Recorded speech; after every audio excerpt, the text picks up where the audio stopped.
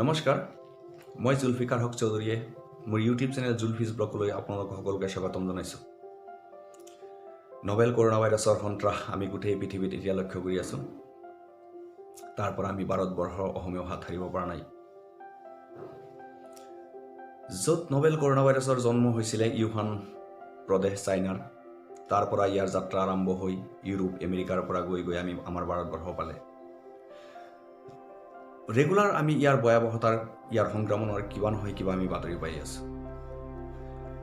8 এপ্ৰিললৈকে ইয়াৰ সংক্ৰমণৰ কি তথ্য, চৰকাৰী তথ্য গোটেই পৃথিৱীলৈকে, সেইটো প্ৰথমতে মই আপোনালোকক দি ল'ব বিচাৰিছোঁ।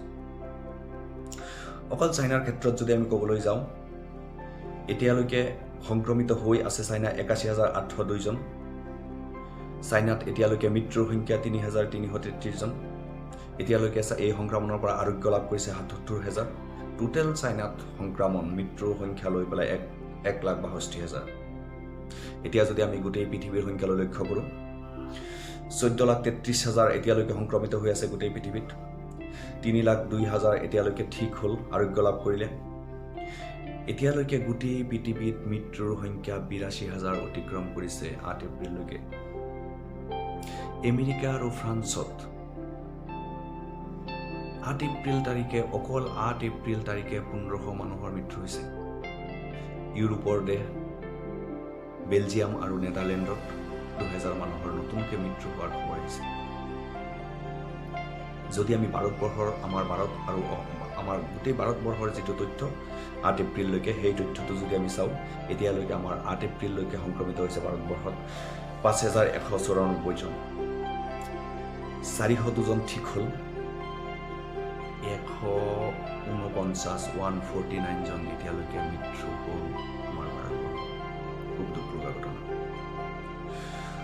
চবতকৈ বেছি মহাৰাষ্ট্ৰৰ মৃত্যু হ'ল 64, 1000ৰ ওপৰত এতিয়ালৈকে তাত সংক্ৰমিত হৈ আছে। এতিয়া আহোঁ আমাৰ আলোচনাৰ মূল বিষয়বস্তুলৈকে। গোটেই পৃথিৱী যেতিয়া সংক্ৰমণৰ চিকাৰ হ'ল, গোটেই পৃথিৱী যেতিয়া মৃত্যুৰ কেৰেলি চলি আছে, চাইনা কেনেকৈ ঠিক হৈ গ'ল? 8 এপ্ৰিলৰ পৰা চাইনাৰ আনুষ্ঠানিকভাৱে ইউহান প্ৰদেশ লকডাউনৰ পৰা মুকলি হ'ল। ইয়াৰ আগলৈকে চাইনাৰ বাকী অঞ্চলবিলাক প্ৰায় লকডাউনৰ পৰা মুক্ত আছিলে, স্বাভাৱিক অৱস্থা ঘূৰি আহিছে।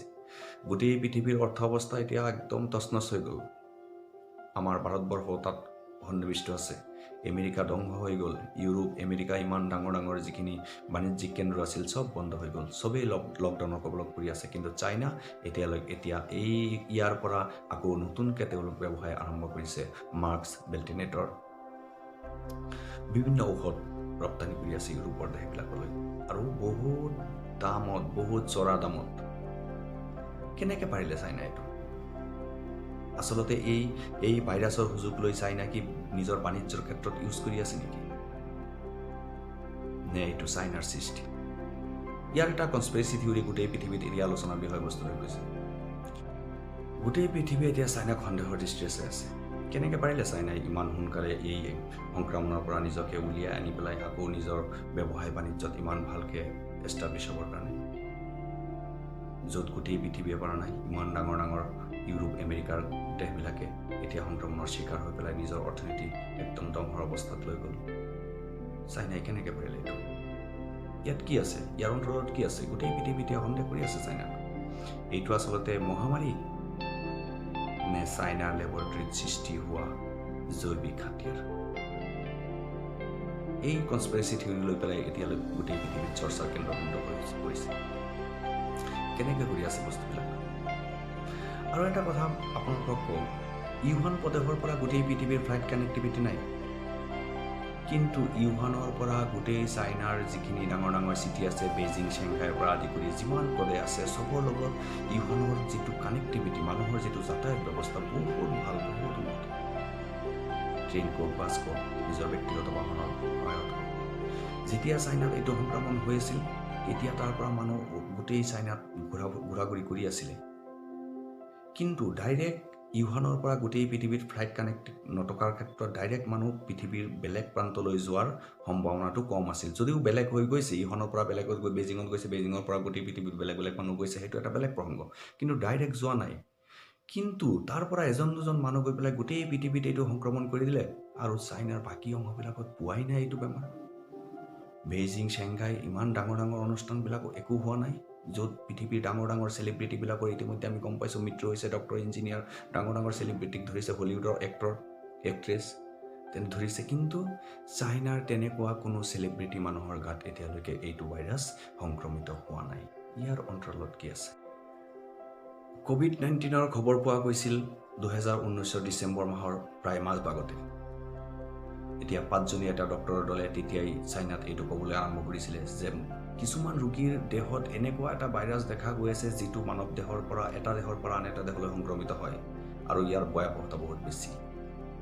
কিন্তু ইউহান চৰকাৰে এই কথাত গুৰুত্ব নিদি পেলাই চৰকাৰীভাৱে তেওঁলোকে প্ৰকাশ কৰিবলৈ ধৰিলে যে নাই, এইটো তেনেকুৱা একো ডাঙৰ তেনেকুৱা ভাইৰাছ নহয়, এইটো নিউমনিয়াৰ নিচিনা কিবা এটা বেমাৰ, যাৰ কোনো লক্ষণ এতিয়ালৈকে পোৱা নাই, যিটো চাইনাৰ স্বাস্থ্য মন্ত্ৰালয়ে ইতিমধ্যে গাইডলাইনত মানুহক জনাই দিছিলে, গোটেই পৃথিৱীকে জনাই দিছিলে যে এইটো মানৱ দেহৰ পৰা এটা দেহৰ পৰা আন এটা দেহৰ সংক্ৰমিত হোৱা বেমাৰ নহয়, এইটো হ'ল এটা নিউমনিয়াৰ নিচিনা বেমাৰ।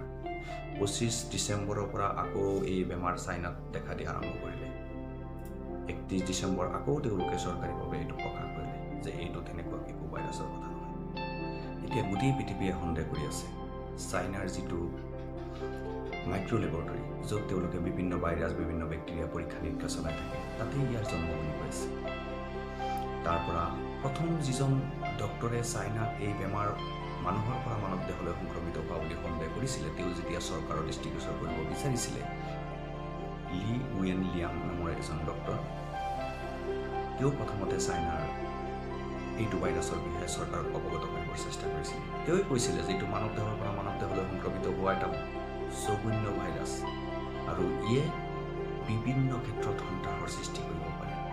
কিন্তু 3 জানুৱাৰী তাৰিখে চাইনাই তাক ভুল তথ্য দিয়াৰ অভিযোগত, চৰকাৰক বদনাম কৰাৰ ষড়যন্ত্ৰৰ অভিযোগত তেওঁক গ্ৰেপ্তাৰ কৰে। 12 জানুৱাৰী তাৰিখে তেওঁৰ নিজৰ গাতেই এইটো সংক্ৰমণৰ লক্ষণ দেখা দিয়ে আৰু তেওঁক হস্পিটেলত ভৰ্তি কৰা হয়। তাৰপিছত তেওঁৰ মৃত্যু হয়।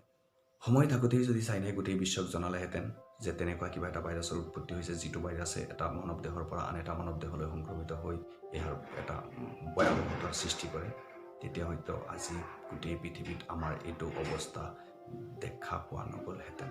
কিন্তু চাইনাই এইটো লুকাইছে।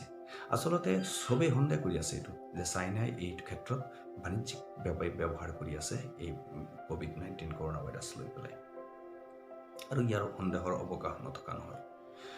ইয়াৰ পৰৱৰ্তী অংশত মই আপোনালোকক জনাব বিচাৰিম চাইনাৰ কনস্পিৰেচি থিয়ৰী কি,